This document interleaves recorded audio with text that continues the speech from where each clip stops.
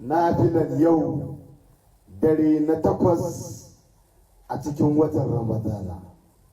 Annabi Muhammadu sallallahu alaihi wasallam ya ce duk wanda Allah subhanahu wa ta'ala ya ba shi dama da falalansa da rahamansa ya yi wannan sallan nafilar a cikin wannan wata na Ramadana, a cikin wannan dare kuma ran 8 ga wata, annabi ya ce irin daraja da martaba da alfarma da za ka samu.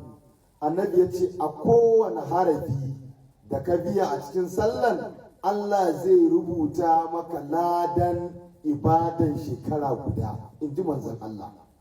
Sannan annabi sallallahu alaihi wasallam ya ce kuma Allah zai baka lada adadin kamar ka ciyar da al'umman annabi Muhammadu abinci, in ji manzon Allah. Wannan sallah ana yin sallar nafila ne raka'a 2 shikenan. A kowane raka za ka biya fatiha 1, qul huwallahu kafa 12. Idan ka idar za ka biya sunan Allah ya razzaku kafa 100 daidai. In ka yi ka samu wannan fadalan albarkacin annabi Muhammadu. Allah ka bar mu da annabi, Allah ka taimake mu, Allah ka tsaya mana cikin bauta masa saboda matsayin manzon Allah sallallahu alaihi wasallam.